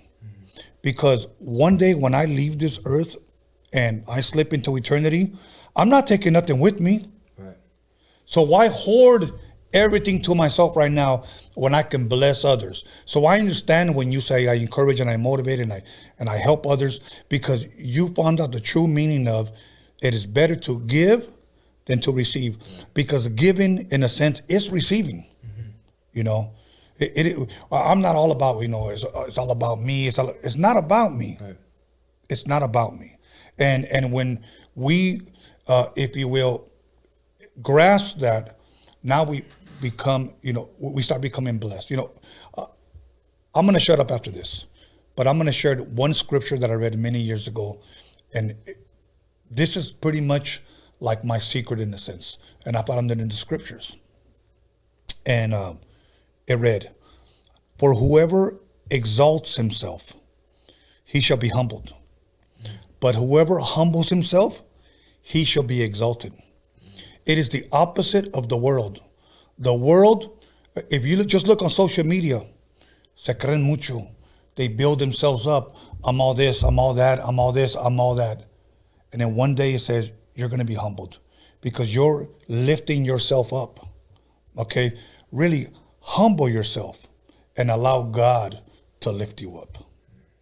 So that's my secret. My secret is I pray, I humble myself, and if I'm going to be blessed, I'm going to let God do it. Man's not going to do it. You know, Tom, why are you always so happy and so joyful? Because God gave me that joy. The world can't take it away. God gave me that joy. You know, happiness is temporary, but joy comes from God, bro. So with that being said, man, I want to say thank you for being here, man. You're a blessing. Yeah. You're a blessing. And any shout outs you want to give, anything else you want to say that people are listening? And I just want to give a shout out to my kids, Malaya, Angel, Amaya. I love you guys. Happy Mother's Day to all the mothers out there. I want to say rest in peace to my dad. I love you. And also want to give a shout out to Brad, the photographer, that had that picture up for the flyer. To Tony for doing what he's doing. Cujo, you know, everybody. And everybody that messes with me, including my enemies. It's all love, man. And you guys take care, man. Thank you for everything, for real. This is the beginning. We ain't done though. Me and Tony, we got some things, you know, and just thank you though, Tony, for everything. I appreciate you. All good, my brother. Last thing, and this one is the toughest one, and it's a hard pill for me to swallow, but I've had to in order for me to grow. You said to all my enemies, okay? And this is the toughest one for me. When I read, pray for your enemies. Yeah. That's a tough one, man. It is. It's a tough one. But in order for us to have peace, as hard as it is. Tell him, Tony. Tell him. We have to get on our knees and pray for our enemies. You know, pray for those that spitefully use you. Those that talk about you. Those that slander you. You know what? Never repay evil with evil, but repay evil with good. And then allow God to bless you, and he'll see you through. So with that being said, everybody, I'll see you guys here on Wednesday. We have, yes, a double feature. And I want to give a shout out to Alex Cervantes Enterprise for running this ship. Anthony will be here on Wednesday. Thank God that I have great people on my team, like my son, B. Scanless, for helping me promote this. Everybody who tuned in, everybody who subscribed, everybody who commented, everybody on the live chat, the Rhodium Radio Warriors, And all you honorable mothers, stay blessed. May you have many, many years. May your family be blessed. May your children be blessed. And have a blessed night, Moses. Thank you, brother. I appreciate you. Good night. See you guys Wednesday.